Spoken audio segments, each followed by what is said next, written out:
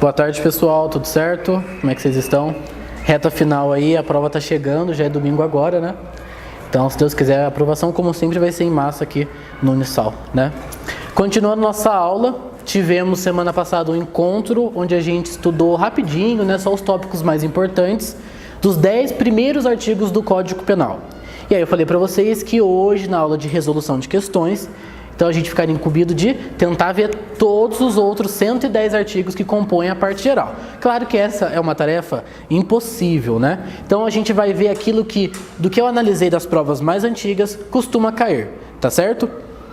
Quem já está fazendo questão, fazendo prova antiga, vai ver que a prova do MP ela não inventa. Quem já teve contato com a prova da OAB, vai ver que a prova da OAB eles costumam inventar. São textos, né? São questões enormes. A prova do Ministério Público, de estagiário, não. Ela é uma prova tranquila. É uma prova que basicamente vai cobrar de vocês lei seca. Então, dica para quem está estudando ou quem vai começar a estudar, leiam, né? Leiam os artigos, deem uma olhada naquilo que costuma cair mais, dá uma olhada nas questões, façam as questões, tá certo? Porque isso aí vai ajudar vocês. Às vezes, a gente vai ver, vai ter questões que vai pegar metade de um artigo, ou vai mudar uma palavrinha de um artigo. Então, basicamente, é assim que vai estar a prova de vocês domingo, tá certo? Então, até vão ver que não vai ser muito difícil. Se vocês lembrarem, às vezes, o essencial de determinado assunto, vocês conseguem levar a questão, tá bom? Como que vai ser a dinâmica da nossa aula hoje? Até o pessoal que está em casa já pode ir acompanhando. Inclusive, esse slide vai estar na descrição do vídeo, tá bom, pessoal? Então, a gente pode ir acompanhando junto. Só cuidado para não avançar demais o slide e pegar a resposta, senão você vai estar colando. Pessoal, é o seguinte, eu vou colocar a questão, depois eu coloco a resposta de vermelhinho, com a fundamentação, e aí às vezes eu coloco um outro slide explicando um pouco mais a matéria. Eu não vou conseguir aprofundar em todo o conteúdo que a gente for ver hoje, porque o nosso tempo é muito curto. Mas uma coisa ou outra, um tópico ou outro, eu acabo puxando para vocês terem ali anotações rápidas, tá certo? Para até domingo vocês irem revisando. Algumas questões eu coloco a explicação antes, a questão depois, e outras eu coloco primeiro ali a questão e depois a explicação, tá certo? Mas aí a gente vai levando e eu quero a participação dos senhores, hein? Um último recado antes de iniciarmos a aula. Depois, também na descrição do vídeo, eu vou colocar um Word com questões de provas passadas, para vocês irem exercitando, tá certo? Então, vamos começar a nossa aula de hoje com questões. Então, vão ser apenas questões, ok? Vamos começar do que a gente viu na aula passada, né? Começando por territorialidade da lei. Vamos ler e aí depois eu quero perguntar para vocês qual é a resposta para a gente poder ver, então, o que está certo. Analise as afirmações abaixo e escolha a alternativa correta. Considera-se território brasileiro o solo e o ar que se encontra acima desse solo. O mar é sempre território internacional. As embarcações e aeronaves públicas brasileiras são consideradas extensões do território brasileiro. Uma terceira assertiva diz que aplica-se a lei brasileira aos crimes praticados em embarcações estrangeiras de propriedade privada, quando em porto ou mar territorial brasileiro. Dessas três assertivas, ele quer saber qual que está correta, pessoal. Então, faça uma leitura dinâmica mentalmente, para que a gente possa ver então a resposta. Se até quiserem fazer o exercício de anotando, questão X eu marquei essa, questão Y eu marquei aquela, é bom para a gente treinar. Então eu vou perguntar para os senhores, pessoal, a alternativa A está correta? Ótimo, senti segurança. A B? Vi um pouco de dúvida. E a C? Bastante certeza. E a D? Vamos ver qual é a resposta? Alternativa correta, letra C. Senti firmeza em vocês, muito bom. Onde que a gente vai ver a resposta disso? E eu quero que todo mundo abra aí, seja no celular ou no código quem trouxe, o Código Penal, por favor. Importante. Abram o Código Penal. Pessoal, no artigo 5º, que vai falar da territorialidade da lei penal, e relembrando nossas aulas passadas, vai dizer o seguinte, que embarcações e aeronaves públicas brasileiras, em qualquer lugar do mundo, dentro delas, será território nacional. Então essa aqui, evidentemente, está correta. Se você ler o artigo 5º, parágrafo 1º, você vai ler exatamente isto. E por que a 3 também estaria correta? Aplica-se a lei brasileira aos crimes praticados em embarcações estrangeiras. Via de regra não se aplicaria, porque se ela é estrangeira, às vezes o direito do outro país resolveria. Porém, ainda que ela seja de propriedade privada, se ela estiver aonde? Em porto ou mar territorial brasileiro. E aí a gente vai falar do quê? De soberania do Estado. Se há um crime sendo praticado dentro do território brasileiro, obviamente então que o Brasil vai ter interesse em punir. Ah, mas pode ser que haja um tratado internacional que diga o contrário. Aí é uma outra questão que para a prova do MP não vai ser interessante para vocês. Mas agora eu pergunto para vocês por que esta primeira aqui está errada. Alguém saberia me dizer? Alguém tem coragem? Exatamente. O que está errado, pessoal, é esta parte aqui. O mar, ele nem sempre é território internacional. E eu disse para vocês até quanto ele é território nacional. Até 12 milhas. Minha letra é meio feia, mas dá para entender. Pessoal, até 12 milhas contado da beirada da praia considera-se território nacional. Com relação ao ar, não importa a altitude, também é território nacional, já que está em cima do Brasil, não importa. Se está lá a 500 quilômetros, não interessa. O ar não há limitação. Mas o território nacional, quando a gente vai falar de mar, aí sim, aí ele possui essa limitação de 12 milhas. Quando você pega a doutrina para estudar, você vai ver que, na verdade, o Brasil continua atuando, mas cada vez menos, conforme vai avançando para as águas internacionais. Mas quando a gente vai falar da territorialidade da lei, e o que interessa saber é o que é território, guardem que 12 milhas, o mar ainda é território nacional. Beleza, pessoal? E aí, atenção. Foi o que eu falei para vocês, avancei. Até 12 milhas marítimas, tá certo? E o que mais que vai configurar o nosso território nacional, pessoal? Tudo que estiver geograficamente dentro do Brasil. Então você tem um rio, você tem ali um lago, você tem mares internos, não importa. Se estiver dentro da área geográfica do Brasil, no primeiro momento você já sabe que é território nacional. Já falei ar, não importa a altitude, e também se a gente vai estar falando de mar, 12 milhas. Beleza? E aqui a gente está falando de quê? Navios e aeronaves quando públicos. Então, navio lá do governo, do exército, não importa onde esteja, território nacional. Mas eu pergunto para vocês, se for um barco brasileiro, mas privado? Ele praticou um crime lá nos Estados Unidos. Dentro daquele barco vai ser território nacional? Salvo se estiver este barco privado a serviço do Brasil, ok? Então, avançando. Próxima questão, lei no tempo. Vamos ler. Quanto à temporalidade da lei penal, é correto afirmar que... Eu quero que vocês leiam para a gente poder ver qual resposta vocês marcariam.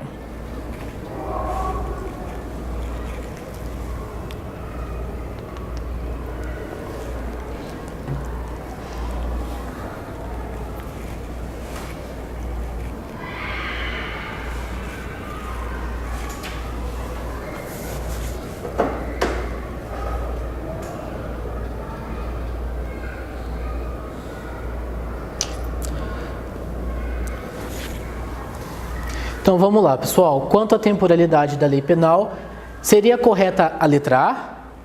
Bom. Letra B? Nossa, vocês estão ótimos. Letra C? E D? Ninguém, então? Tem alguns que acho que marcariam a E, porque eu não vi se manifestar. Pessoal, alternativa correta, letra B. Muito bem. Pega lá o artigo 2º, galera. Alguém pode ler para mim o artigo 2º? Está com código? Leia. Bem alto. Ninguém pode ser punido por fato que lei posterior deixe de considerar crime, cessando em virtude dela a execução dos efeitos penais da sentença condenatória. Muito obrigado. Vejam só, o artigo falava até mais. Só que isso aqui é ipsis literis, letra de lei. Vejam que tranquilidade. Então, não fiquem perdendo tempo tanto lendo doutrina, tá certo? Que é pouco provável, vai acabar caindo algo assim. Mas... Fundamento e retroatividade da lei penal, artigo 2º, e eu falei para vocês, tem simetria constitucional lá no artigo 5º, inciso 40, tá certo? Ele vai prever que a lei penal apenas retroagirá para beneficiar o réu. E aí vamos trabalhar com essas hipóteses de lei posterior, ok? O que é o abolício crimes, pessoal? A gente estudou. É uma lei posterior que deixa de considerar um fato como crime. Isso é benéfico? Super benéfico. Então ela retroage? Retroage. Vamos ver aqui, novatio legis impejus. O que é? Exato. De alguma forma ela piora, prejudica a situação do acusado. Ela então vai retroagir, pessoal? Evidentemente que não. Mas e a novatio legis in melius? Ela é o antônimo da impejus. Ela vai melhorar a situação do agente ali de alguma forma. Então, se ela melhora, se ela então é positiva junto com a abolitio criminis, ela vai retroagir. Se nós falamos da novatio legis incriminadora, o que é? Muito bom. Um fato não era crime, mas passou a ser crime com esta nova lei. Ela, então, obviamente não é benéfica. Então, ela retroagirá? Não retroagirá. Muito bem. Próximo, tempo do crime. Essas a gente vai mais rapidinho, as outras a gente até vai mais devagar. Tempo do crime, vamos lá, pessoal. Segundo o Código Penal, considera-se praticado o crime. Sim. Ó.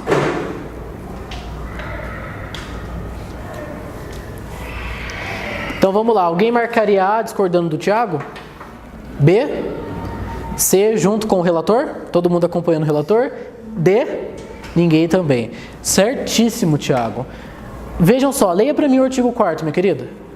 Considera-se praticado o crime no momento da ação ou omissão, ainda que outro seja o momento do resultado. Vejam só, galera, que tranquilidade. Você conseguir acertar uma questão simplesmente lendo o código, sem precisar ver 300 outras, identidades, correntes, nada disso. Simplesmente leitura do código, tá bom? Mas, ainda assim, a gente não pode ignorar completamente. E aí nós temos duas teorias que vão cuidar da lei penal no tempo, tá bom? Primeira, temos a teoria da atividade, que vai dizer que reputa-se praticado o crime no momento da conduta, seja ela omissiva ou comissiva. Por comissiva, leia por ação, tá certo? Pouco importando o momento da consumação. E temos a teoria do resultado, que diz que o crime é praticado no momento da produção do resultado. Qual que é a teoria adotada no nosso Código Penal? Como regra? Muito bem, teoria da atividade. Mas eu disse para os senhores que a gente tem um instituto que vai considerar a teoria do resultado para o seu termo inicial. Alguém se lembra do que eu falei? De qual é esse instituto? Oi? Não, um outro instituto que vai considerar não a teoria da atividade, mas sim a teoria do resultado para o termo inicial. Prescrição. Então, quando a gente vai falar de prescrição, ela vai considerar então o crime no momento da produção do resultado, tá certo? Ela foge à regra da atividade, beleza? Próximo, agora a gente já começa então uma matéria nova. Extinção da punibilidade. Vocês sabem o que é punibilidade? Alguém pode me dar um conceito? Ainda que não seja técnico, 100% técnico, mas o que seria essa punibilidade? Vou usar um termo em latim, jus puniendi. Já ouviram falar? O que é o jus puniendi? São termos que se relacionam. Por quê, pessoal? A punibilidade tem a ver com o quê? Com a eventual possibilidade do agente ser punido. E se o agente vai ser ou não punido tem a ver com o jus puniendi, que é o interesse do Estado de punir. Ok? Se a gente está tratando de uma causa extintiva da punibilidade, é alguma situação, então, em que o Estado abrirá a mão desse direito dele de punir. E aí, qual é a alternativa que contém apenas causas extintivas da punibilidade? Lembrando que temos também extintivas de tipicidade, excludente de tipicidade e de ilicitude. Cuidado para não confundir.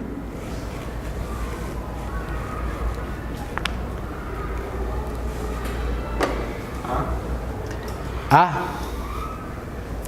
Alguém marcaria A junto com o relator? A. B. C. E D.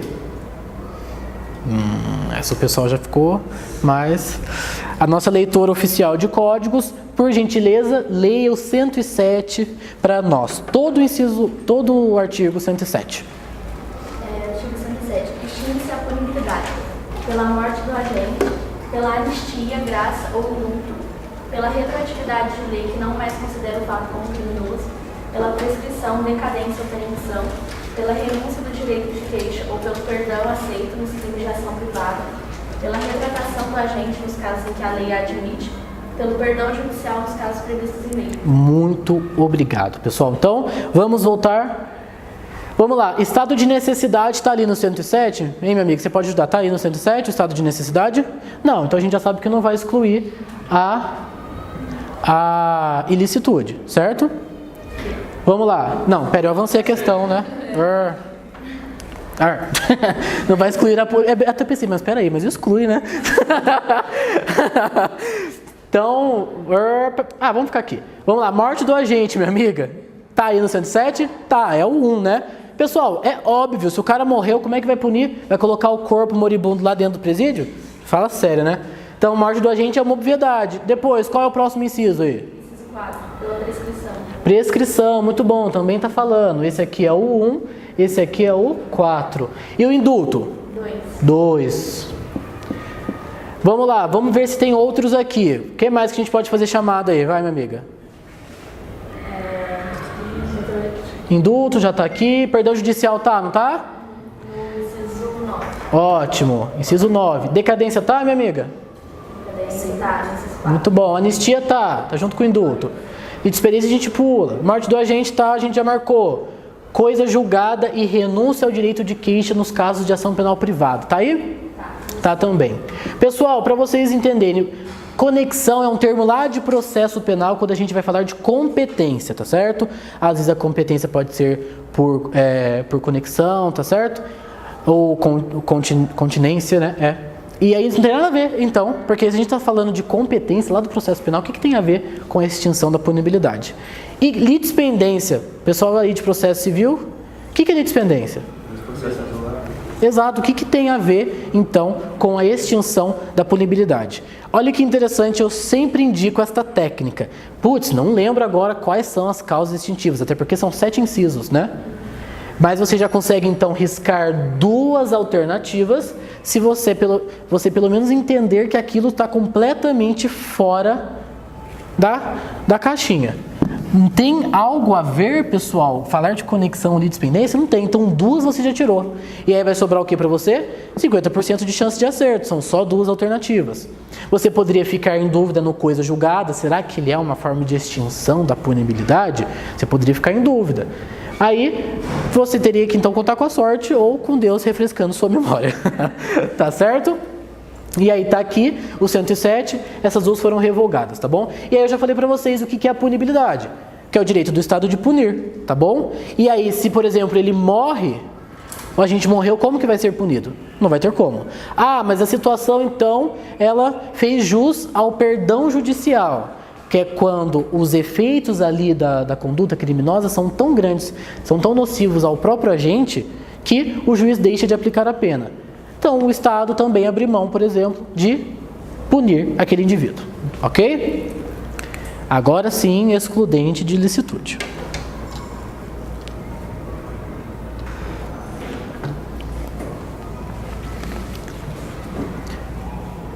Veja só. Parece simples, mas às vezes, né? D, olha. Ninguém marcaria C? Ninguém marcaria B? Nem A? Tô gostando de ver. Muito bem. Minha amiga, artigo 23. Vejam só. Não há crime quando o agente pratica o fato em estado de necessidade, em legítima defesa e em estrito cumprimento do dever legal ou no exercício regular de direito. Vejam só, nós temos 4 excludentes de ilicitude, pessoal. Vamos fazer aqui um parênteses.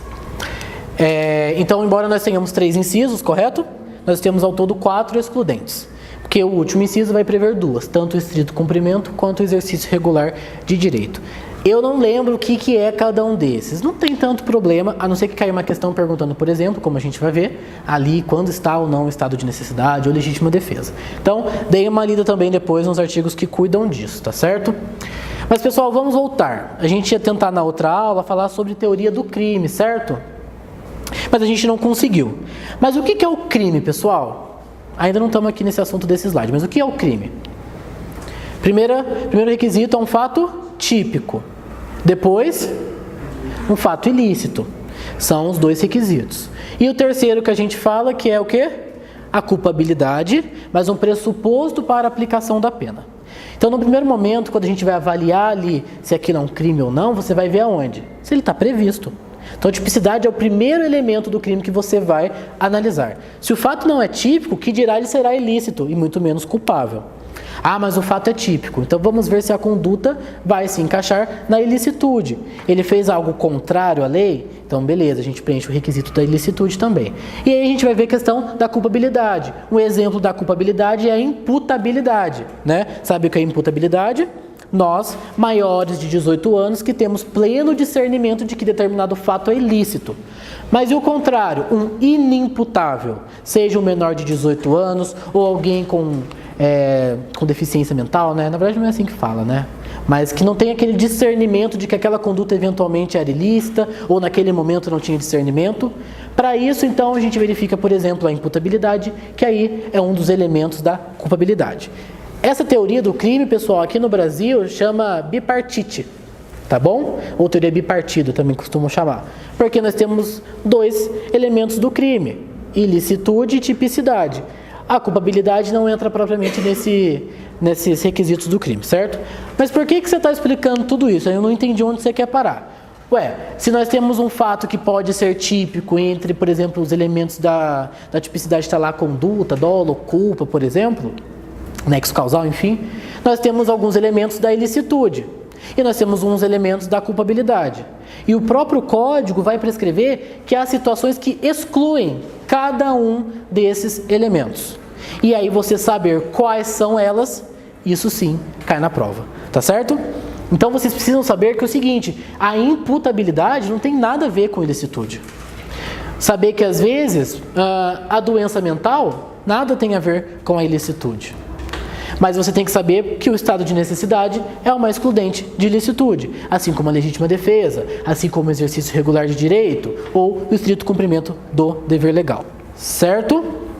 E aí, deixa eu apagar que eu fico fazendo rabisco. Trouxe para vocês o artigo 23. É o artigo 23 que a nossa colega ali leu. Ele vai trazer quais são as hipóteses que o próprio código exclui a ilicitude. E aí, voltando lá naquele conceito muito, se me permite o uso do termo, cadelo de teoria do crime, mas um fato pode ser típico, está previsto em lei, mas pode ser excluída a sua ilicitude. E aí, então, ele não vai ser punido. Um fato pode ser típico, ilícito, mas pode não ser culpável. Observe que a tipicidade, como eu já falei, é o primeiro elemento que será analisado, tá bom? Então, se eu mato o Juan, mas porque nós estávamos numa situação de naufrágio com uma única boia e era ou ele ou eu morrer.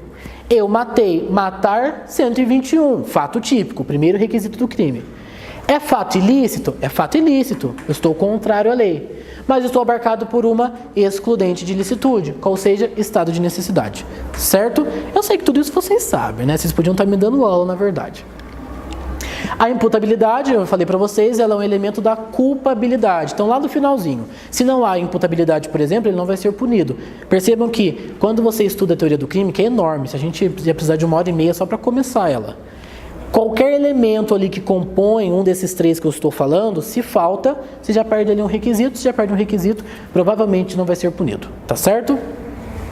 E aí, quanto à embriaguez, eu trago para vocês, porque aí é as oportunidades que eu tenho de trazer algum conhecimento novo nesta aula. Aqui ele citou,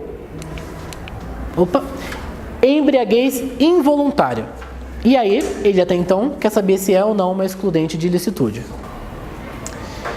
Beleza, pessoal? Então, com relação às excludentes de ilicitude, a gente já viu quais são as hipóteses previstas em lei. E aí eu estava falando para vocês a respeito da embriaguez. A questão traz para a gente aqui sobre embriaguez involuntária. E aí eu aproveito então esse gancho para a gente ver rapidinho sobre isso. Galera, quanto à embriaguez, ela tem duas formas. Ela pode ser não acidental, ou seja, se não foi um acidente é porque ele quis beber. É todo mundo aqui quando vai no cenário. É uma embriaguez não acidental. Como ela pode ser também acidental. E aí o próprio nome já diz, é didático. Foi um acidente. E ele pode ser por caso fortuito ou força maior. Um exemplo, pessoal, que vocês devem lembrar da doutrina, de quando a gente fala da embriaguez acidental, é quando o cara trupica e cai dentro do tonel de vinho. É um exemplo típico disso, de embriaguez acidental. O que interessa pra gente saber, bem por cima, Se é não acidental, ou seja, se o cara bebeu, ele até acabou ficando bêbado além do que ele esperava. Mas entendo que, vamos dizer, o dolo teve em querer beber. Ele não esperava que ficasse muito louco, mas ele queria beber. Então, jamais vai excluir a imputabilidade. Observem, não fala-se nem então em ilicitude. Aqui, a embriaguez seria então, no caso, a acidental, uma forma de excludente da imputabilidade. Mas então, como ela não foi acidental, não há o que se falar nem mesmo na exclusão da imputabilidade. Então, o agente, seja voluntária, culposa, completa ou incompleta, ou seja, ele ficou super embriagado ou ele ficou alegrinho, não importa. Se foi não acidental, ele vai responder pelos atos praticados. Se a gente vai falar da acidental, a figura muda um pouco. A acidental, ela foi sem vontade. Ninguém vai trupicar de propósito para cair dentro do barril de vinho, certo? Então, pessoal, se ela for completa, o cara ficou super embriagado, sem nem esperar, porque foi ali um motivo de força maior, ela vai excluir a imputabilidade. Então, vejam só, nessa mesma questão que pediu de vocês conhecimento de uma excludente de ilicitude, também iria requerer que você soubesse uma excludente de imputabilidade, de culpabilidade, na verdade, né? Então, vai excluir a imputabilidade, que consequentemente exclui a culpabilidade. Mas se ela não foi completa, ele só ficou meio fora de si, mas ainda, sabia o nome dele, então ele estava bom, ela vai ter uma diminuição de pena de 1/3 a 2/3, tá bom? Um outro adendo é o seguinte: não confundam a não acidental com o agente que se embriaga para tomar coragem para praticar crimes. Que essa, inclusive, é até uma agravante, tá certo? Então, se ele bebeu ali para ficar machão e ir lá roubar o banco, então aí ele tá tendo até uma agravante na situação dele, tá certo? Que é a embriaguez pré-ordenada, tá bom? E aí, pessoal, continuando, então, vamos agora numa questão de estado de necessidade. Vimos ali que o estado de necessidade é um quê? Uma excludente de ilicitude, certo? E aí ele quer saber, então, que quando, em qual situação o agente vai estar abarcado por essa excludente. Então, vamos lá.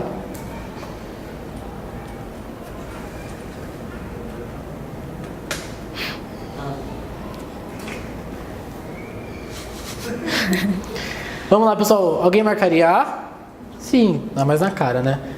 Quem age em cumprimento do dever legal. Quem pratica o fato com emoção ou paixão, nossa amiga apaixonada. Ou quem age embriagado. Essa é fácil, sinceramente, né? Ainda que você não soubesse, não tinha como errar. Lá no artigo 24, no comecinho dele, você lê só a primeira parte. Considera-se em estado de necessidade quem pratica o fato para salvar de perigo atual. Olha, vejam só. Tá? Texto de lei. Então é o caput do 24. Fala um monte de outras coisas, mas o que interessava para você saber era só isso, beleza? Avançando. Eu até trouxe, ó. Maravilha. E aí eu falo dos requisitos. Ó, vamos lá então. Requisitos do estado de necessidade, pessoal. Situação de perigo atual, ou seja, está acontecendo, que não foi causado voluntariamente pelo agente. E aqui esse voluntariamente a doutrina entende, pessoal, dolo. Doutrina majoritária, porque há quem entenda o contrário. Se ele não deu causa dolosamente àquela situação, ele não poderia alegar estado de necessidade, certo? Inexistindo o dever de enfrentar o perigo. Vejam só, lembram do dever legal? É a situação do bombeiro, da babá. Se ele não tinha este dever de enfrentar o perigo, também está abarcado pelo estado de necessidade. E que ameaça direito próprio ou de terceiro, que foi o que a gente viu na questão. Pessoal, eu pergunto para vocês, e se há o excesso? Eu estou ali no estado de necessidade, às vezes acabo me excedendo. Eu sacrifiquei aquele bem. Mas aí quando você vai medir, sopesar os bens ali que estavam em conflito, você percebeu que você se excedeu. Parágrafo 2º, exato, o artigo prevê a razoabilidade, mas o parágrafo 2º fala o seguinte: embora até seja razoável exigir o sacrifício do direito ameaçado, porque ali na hora você não vai ficar medindo. Esse aqui vale mais do que esse. Não. Então na hora ali até era razoável. A pena ela será reduzida de 1 a 2/3, tá certo? Então se cair alguma questão que fale do excesso, ok, o cara não vai ser então isento de pena. Não, mas ele vai receber ali uma diminuição, tá certo? Isso aqui é interessante. Conhecimento da situação justificante. Vamos supor que... O que significa isso, né? eu pratiquei ali um ato que lesou um bem jurídico. Coincidentemente, eu estava abarcado por um estado de necessidade, porque eu não sabia, mas aquele bem, né, aquela situação ia acabar prejudicando, ia acabar ameaçando um outro bem jurídico. Daqui a pouco eu dou um exemplo para ficar mais claro. Só que eu, embora tenha ali então acabado com um dos bens para às vezes salvaguardar outro, eu não tinha conhecimento. Se eu não tinha conhecimento, então eu não estou abarcado pelo estado de necessidade. Vejam só, isso aqui é importante. E um exemplo que a doutrina traz é o seguinte: o cachorro do vizinho latiu a noite toda. E aí o cachorro estava latindo, o outro vizinho foi lá e matou o cachorro. No outro dia se descobriu que o cachorro estava com raiva e que provavelmente ele ia acabar atacando algum vizinho, ou a criança todo dia de manhã brincava no quintal, ele atacaria a criança. Em uma outra situação, você faria a leitura de que houve o quê? Ali, estado de necessidade, ele sacrificou o cachorro para salvar a criança. Mas a verdade é que ele sacrificou o cachorro porque ele latia demais. Ele nem tinha conhecimento de que o cachorro estava com raiva e que poderia atacar a criança. Ele que estava com muita raiva e matou o coitado do bicho. Entendeu? Então, é necessário que a gente tenha ciência de que ele está agindo em estado de necessidade e também está agindo em legítima defesa, tá certo? Essa situação do conhecimento da situação justificante é tanto para um quanto para outro. Próxima questão. Ótima. Essa aqui já que eu começo a inverter. A gente vai, então, rapidinho estudar culpa, dolo e culpa, e depois a gente faz a questão, certo? Pessoal, já falei aqui no começo da aula que a culpa tem a ver com a conduta, que é elemento, então, do fato típico. O primeiro elemento que a gente estuda na teoria do crime, né? A culpa, ela vai surgir, pessoal, quando o cara agiu, né, sem intenção. É o que a gente sempre fala, né? E aí a gente vai conseguir tirar alguns tipos de condutas que eles chamam de negligência, a imprudência ou a imperícia. Dá-se o nome de dever de cuidado para esses termos. Então, a gente, quando vai agir de negligente, ou imprudente, ou ele age com imperícia, ele não tem domínio, imperícia, ou negligente, ele não deu o cuidado necessário. Se ele age nessas situações, ele está agindo em culpa, são elementos da culpa. Para que um crime seja culposo, pessoal, quem o cometeu deve ter cometido uma conduta voluntária. A conduta voluntária é o seguinte: ele praticou aquele fato, aquele ato, até então ok, mas o dano foi involuntário. Então, ele estava dirigindo. Dirigir foi um ato voluntário. Mas ele atropelou uma criança. E a criança, né, ele não queria atropelar. Temos duas espécies de culpa. Todo mundo se lembra disso. Culpa inconsciente e culpa consciente. O que é inconsciente, pessoal? O agente nem sequer imaginava que aquele resultado poderia acontecer. E ele achava que estava tudo ok, que estava tudo dentro, né, da diligência do homem médio. Nem imaginava. Agora, consciente, o agente ele até consegue prever que, né, num azar danado, aquele resultado ocorresse. Mas qual é a palavra que a gente costuma usar? Espera sinceramente que o resultado não ocorra. Estão lembrados disso? Exemplo desse sinceramente que o resultado não ocorra. O cara está dirigindo, ele é piloto, só que ele está ali mais ou menos, né, não está tendo toda a diligência, porque ele faz às vezes ele acelera, faz umas ultrapassagens, mas como ele é piloto, ele acredita que ele tem domínio ali na direção. E aí ele espera, né, que não vai acontecer nada, porque o cara manja. É um exemplo de culpa consciente. Agora, você está dirigindo lá de boinha, e aí às vezes você até comete uma rata que você acabou de aprender a dirigir, mas você nem imagina que às vezes aquela barbeiragem que você fez poderia ocasionar um resultado, como por exemplo um atropelamento. Então aí você está em culpa inconsciente, beleza? E aí, pessoal, culpa consciente prevê o resultado, ele assume o risco, mas espera que o quê? Que não aconteça, tá certo? Então, prevê o resultado, mas espera que não aconteça. Não, perdão. Tô lendo a questão, gente, vai. Tô ruim hoje, né? Vamos lá, a questão já. Já a aula tá...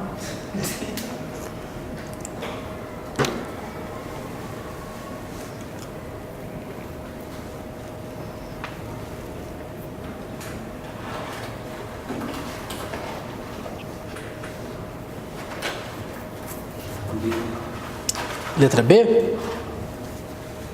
Vamos lá então, pessoal. Alguém marcaria A? B? Vários acompanham o relator. C e D. Vamos ver. Muito bem. Muito simples, a gente acabou de ver, né? O que acontece, pessoal? Na culpa consciente, a palavra-chave é: ele espera sinceramente que o resultado não ocorra. Esse termo é tão utilizado que até caiu na questão, vejam só. E aí, pessoal, outra questão, vamos lá.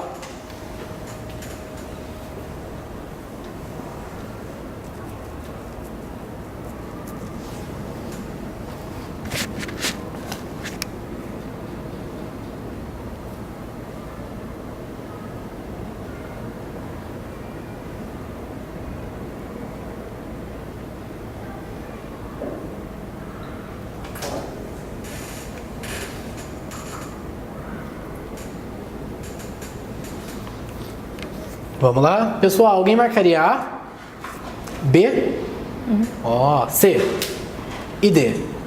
Vamos ver. Muito bem, vocês estão muito chiques, viu? Minha amiga, lê o 18.2 pra gente, por favor. Tudo grifadinho, opa de meco. Disse o crime culposo, quando o agente deu causa ao resultado por imprudência, negligência ou imperícia. Muito bem. Pessoal, esse é o artiguinho que vai falar então do crime culposo. Aí eu falei para vocês os elementos: negligência, imperícia, imprudência, blá blá blá, tem os elementos. E aí ele vai falar assim: imprudência é modalidade de culpa que se verifica pela omissão. A imprudência tem a ver com omissão, gente? Não, então essa aqui você já consegue excluir. É possível responsabilizar o agente por crime pré-ter-doloso, mesmo que não seja apurada a culpa no resultado agravador. O que é o crime pré-ter-doloso, pessoal? Age com dolo e tem um resultado mais gravoso, culposo. Exato. O que tem a ver isso aqui que ele está falando, então? Né? E a D? A, dirigindo seu veículo em alta velocidade, mata o pedestre B, que contudo atravessava fora da faixa de pedestres. É possível eximir parte da responsabilidade de A, dada a imprudência de B. Vejam só, completamente desarrazoado botar a culpa na vítima, né? Então, a alternativa correta só poderia ser a B. Culpa inconsciente, o que acontece? Espera sinceramente que o resultado não ocorra. E aí vamos aproveitar e já vamos ver dolo e pré-ter dolo. Pessoal, o dolo é uma conduta intencional. O que é? Quando a gente age com dolo, ele age com vontade. Com vontade na conduta e com vontade de atingir o resultado. Então, ela é uma conduta voluntária com o objetivo de atingir certo resultado ilícito. Então, ele tem vontade do início ao fim ali da conduta até a execução e a obtenção do resultado. Dolo é sinônimo, então, de vontade. Vocês podem até guardar, tá bom? Incluindo intenção e objetivo. As espécies, todo mundo lembra também, nós temos o dolo direto, tá direito ali, mas é direto, e o dolo indireto. O dolo direto, pessoal, é aquele que a gente está falando aqui agora. O agente quer ali, quer praticar a conduta, quer atingir o resultado. Esse é o dolo direto. Mas e o dolo indireto, pessoal? Eu até anotei aqui qual que é a palavrinha mágica que a gente usa. Ele vai praticar ali a conduta e ele não se importa se vai ou não acontecer o resultado. Tem uma outra palavrinha feia também que a gente usa para reconhecer o dolo indireto. Todo mundo aí já sabe qual é, não precisa ficar falando, né? Mais uma palavra bonitinha que o horário permite: dane-se se o resultado acontecer. Aconteceu, aconteceu, não aconteceu, aconteceu, azar. Eles que lutem, né? É um novo meme que está aí. E o que é o pré-ter dolo? Vocês já me falaram. Crime agravado pelo resultado. Pessoal, o agente vai praticar uma conduta dolosa, mas ele vai ter o quê? Um resultado posterior culposo. Qual que é o exemplo que a gente usa de pré-ter dolo, que é o exemplo clássico? Lesão corporal seguida de morte. Você quis enfiar a mão naquela pessoa, mas você bateu tanto que aconteceu? A pessoa morreu. Você não queria que a pessoa morresse. Você teve uma conduta ali dolosa, de bater, de lesar, mas o resultado morte foi culposo. Isso é o pré-ter dolo, beleza? Bem simplesinho, bem por cima para vocês irem pegando só os pontos importantes. Avançando. Erro de tipo, pessoal. Todo mundo lembra de erro de tipo? Mais ou menos por cima. Vamos lá então. Pessoal, o que é o erro de tipo? É um erro que recai sobre situação de fato ou relação jurídica, que está lá descrita na lei. é o que a gente chama também de quê? Circunstâncias ou as elementares, que podem permitir ou podem agravar ali, incriminar uma situação. Todo mundo lembra o que é circunstâncias elementares do crime? Elementares são fatores que integram a definição da infração do tipo penal. É o que eu costumo falar que é o verbo. Então, elementar é o verbo. Aí eu usei o exemplo do homicídio. Qual que é elementar do homicídio? Matar. E agora, o que são circunstâncias? Circunstâncias são fatores que se agregam ali ao tipo fundamental para o fim de aumentar ou diminuir a pena. Mais do que isso, a circunstância, pessoal, é propriamente a circunstância ali do crime. E dentro do homicídio também, que é o melhor exemplo para dar, por exemplo, a circunstância ali foi o motivo torpe. Vejam só. Foi uma circunstância ali que acabou agravando a situação e que trouxe ali um exemplo de uma circunstância, veja, o termo é didático, um exemplo de uma circunstância que acabaria ali agravando a pena, ou, se for o caso também, pode acabar diminuindo, tá bom? Temos as espécies. Erro de tipo essencial, que vai incidir sobre elementar circunstâncias, impede o agente de compreender o caráter criminoso do fato, ou ali a circunstância. Qual que é o exemplo clássico de erro de tipo essencial? A professora Luzia dá lá esse exemplo. Do guarda-chuva. Você pega um guarda-chuva preto, que é igual ao seu, mas esse guarda-chuva não é seu, só que ele é idêntico ao seu. Observem que você está incidindo sobre um erro ali na circunstância do fato. Pegou ali um guarda-chuva. E sobre elementar. Por quê? Porque você não está achando que aquilo é um crime. Você não está furtando guarda-chuva algum, porque o crime é seu, ok? Ele pode ser vencível, que é o exemplo que eu estou dando. 2 guarda-chuvas pretos, daqueles da loja do Xing Ling. Tudo igual. Você catou um outro achando que era seu. Esse, pessoal, é um erro invencível. Se ele é um erro invencível, ele vai excluir o dolo e a culpa. Se tira dolo e culpa, tira conduta. Se tira conduta, é fato atípico. Mas e se é vencível? Meu guarda-chuva é preto de bolinhas brancas e eu peguei um guarda-chuva inteiro preto. Meio forçado, dá para passar? Talvez dê para passar. É o que a gente chama de erro vencível, que pode ser evitável, que não é tão difícil assim. Se você tivesse prestado atenção, né, você não teria cometido esse ato. Então o que vai acontecer? Ele exclui o dolo, mas a culpa permanece, tá certo? Então se o erro ali você vê que tipo, tá forçado, então ele responde culposamente. Agora, se o erro é plenamente justificável, qualquer um, o homem médio, o Antônio Sávio, não, na verdade o Antônio Sávio é o homem modelo, né? Falei errado aqui, né? O homem médio somos nós, o Antônio é um cavalheiro. Mas o homem médio seria capaz de errar, ok, estamos então no erro invencível. Agora, nem o homem médio erraria naquela situação, estamos diante do vencível, beleza? E aí temos outra modalidade, da essencial temos também a acidental, que vai incidir, vejam só, sobre dados irrelevantes da figura típica. Porque o que acontece? A pessoa, ela sabe que aquele fato é criminoso, vejam só. O erro, na verdade, ali é outro. O erro, pessoal, é, por exemplo, sobre o objeto. O que é o erro sobre o objeto? Vocês sabem um exemplo? Eu botei um exemplo ótimo aqui, né? O cara foi lá, roubou um saco de trigo, estava achando que era cocaína. O roubo foi feito de qualquer jeito, ou seja, não houve um erro sobre a figura típica. Houve um erro apenas sobre o objeto, né? Sobre o objeto material do crime. O que é um erro sobre a pessoa, pessoal? É o que a gente chama de erro na representação. É o exemplo, por exemplo, dos gêmeos. Ele atirou num irmão pensando que era o outro. Ele confundiu quem que ele quer atingir. Nessa situação, pessoal, eu vou responder pela pessoa que eu atingi ou pela pessoa que eu queria atingir? Pela pessoa que eu queria atingir. É o que a gente chama de quê? Virtual e não a real. Muito bem. Também pode ter o aberratio ictus, que é o quê? Muda, um erro na execução. Aqui eu errei a pessoa. Eu confundi. Aqui não, que eu sou ruim de mira. Mirei em um e acertei no outro porque eu sou cego. Aqui não houve confusão, ok? erro na pontaria, beleza?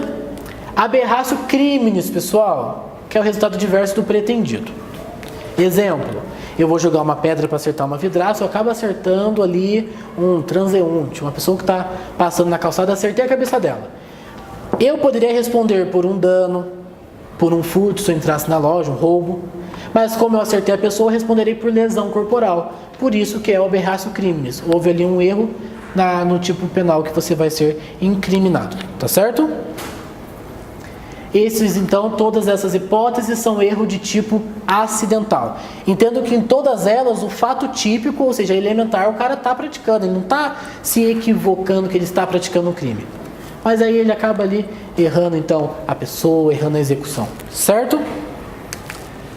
E aí vamos para a questão.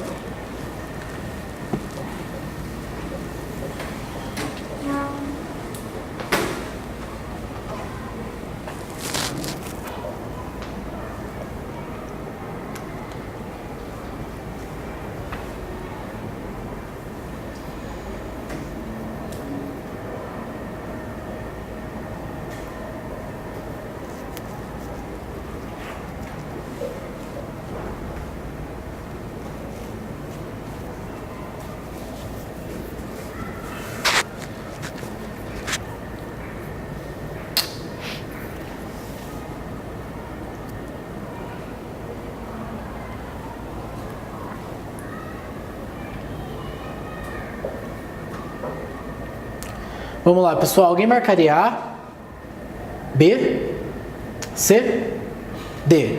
Nossa, muito bom. Certinho, pessoal. O que acontece? Ele queria matar o irmão dele. Estava no meio ali da praça, ele viu uma pessoa parecida, usando a mesma roupa, às vezes atirou, pá, acertou outra pessoa. Ou seja, um erro na representação, não na execução. Aqui ele fala que ele até acertou depois o irmão que ele queria, teve lesões corporais. Mas a questão não pergunta para vocês o que aconteceria com esse fato. No final das contas, a questão vai te trazer algumas alternativas, mas o que você precisaria saber? Que ele responde pela vítima virtual. E se ele responde pela vítima virtual, que no caso era o irmão, vai ter ali toda agravante, qualificadora, tudo. Porque vejam só, ele estava tentando matar um membro da família. Agora, se ele quisesse matar uma pessoa que não é da família, né? Uma pessoa que não teria nenhuma qualificadora e acerta outra, aí sem problema algum, com elas por elas. Mas aqui, ainda que ele tenha acertado uma pessoa que não incidiria ali para ele a qualificadora, a agravante, não interessa. Ele quis acertar o irmão. Então ele vai responder pela vítima virtual. O que vocês falaram, beleza? Arrependimento eficaz e desistência voluntária. Pessoal, lá no artigo 15. Arrependimento eficaz, pessoal, ele vai acontecer quando o agente pratica, por sua própria vontade, ou seja, ele vai praticar uma conduta, inicia ali uma execução por sua própria vontade. Mas o que importa saber no arrependimento eficaz, ele quer evitar o resultado, pessoal. Então, observe, no arrependimento eficaz, ele iniciou ali a execução foi concluída. Mas ele quer evitar o resultado. Então aí ele estará em arrependimento eficaz, tá certo? Ele ali, o agente agrega nova conduta a fim de evitar o sacrifício do bem tutelado. E de desistência voluntária, pessoal, que são institutos semelhantes. O agente ele já vai interromper propriamente a execução, vejam só. Então, vamos supor, ele começou a atirar em alguém, ele parou de atirar, ele desistiu. Aqui a gente vai estar falando então de desistência voluntária. Então, para diferenciar arrependimento eficaz de desistência voluntária, é saber, parou no meio da conduta, no meio da execução, então eu estou em desistência voluntária, porque eu desisti. Não, eu já terminei ali a execução, mas eu quero evitar o resultado morte. Então aí eu vou estar em arrependimento eficaz, beleza? Vamos para a questão.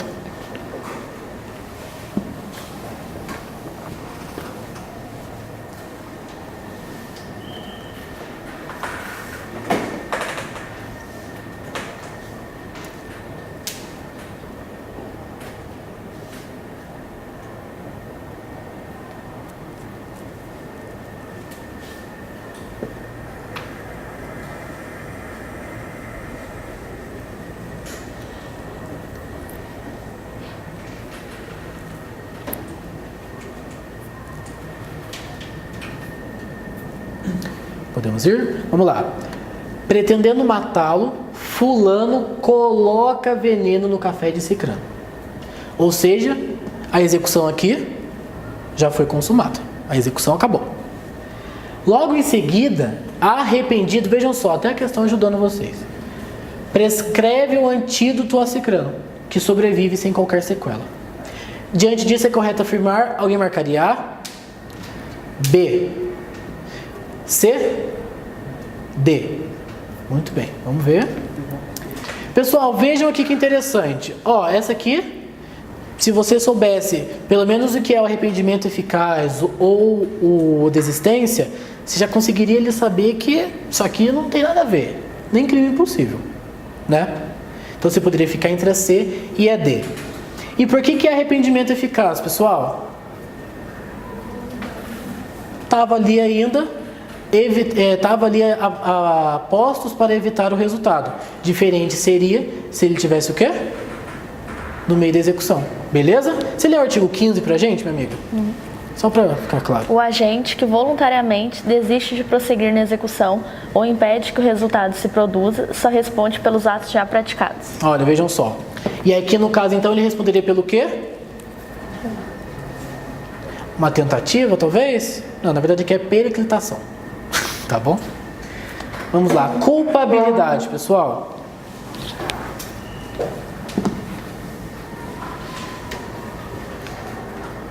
Pelo avançar da hora, a gente faz essa, talvez mais uma, tá?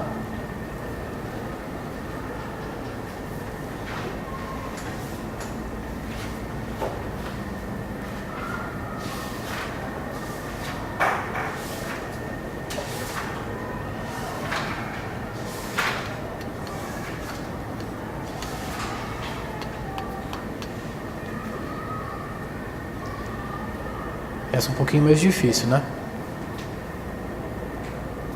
Ou não, né? Que vocês estão manjando.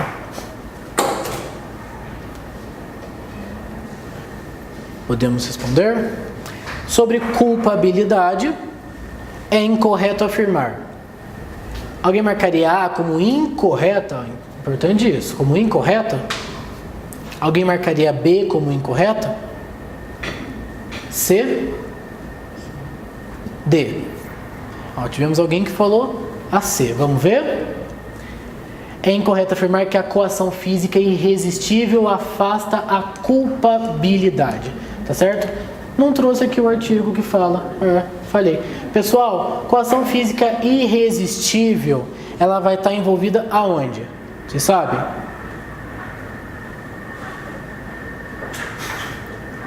Não? Se eu estou fazendo uma coação física irresistível, eu estou mexendo ali no braço do cara para atirar. Eu tenho dolo? Eu tenho culpa? Se eu não tenho dolo nem culpa, eu não tenho conduta. Se eu não tenho conduta, o que eu não tenho? Não tenho tipicidade. Vejam só. Sacana, né? Então aqui não vai afastar a culpabilidade. Vai afastar a tipicidade. Vejam só. Beleza? O resto ali tá tudo certo. E aí exclui a imputabilidade, que eu já falei em alguns momentos da aula para vocês. Vamos ver se vocês acertam.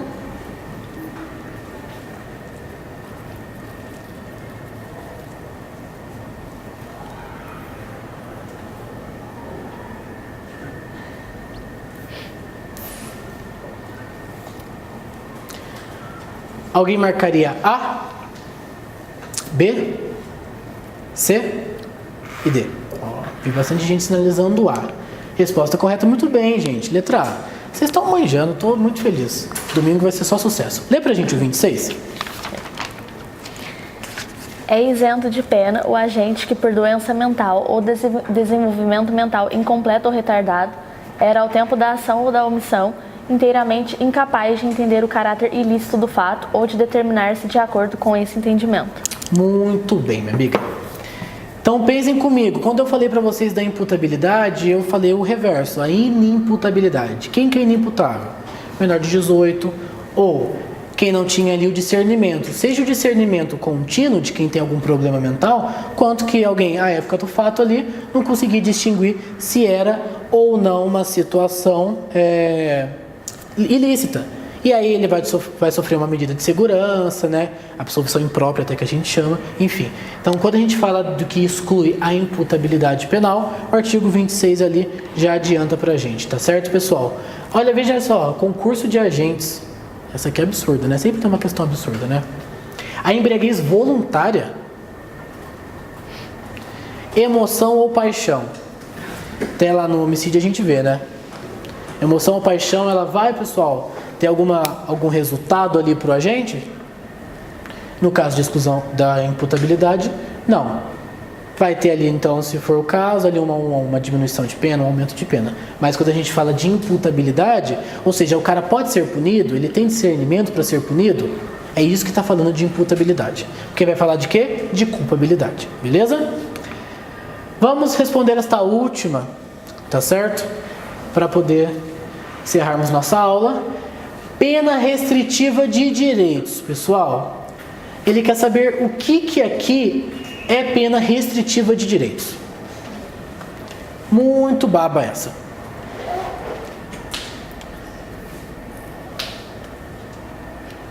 Alguém marcaria A? Alguém marcaria B? C e D. Pessoal, muito bem. Obviamente que prestação de serviços à comunidade seria uma pena restritiva de direitos. Está lá no 43, tem várias. Pessoal, por que detenção não é restritiva de direitos? Porque é privativo de liberdade. Pessoal, por que medida de segurança não é restritiva de direitos? Porque medida de segurança é medida de segurança, não é nenhuma espécie de pena. Por que a multa não é restritiva de direitos? Porque a pena de multa é pena de multa, vejam só. Muito claro, né? Lê pra gente, minha amiga, só pra... As penas restritivas de direitos são prestação pecuniária, perda de bens e valores, prestação de serviço à comunidade ou a entidades públicas, interdição temporária de direitos, limitação de fim de semana. Vejam só.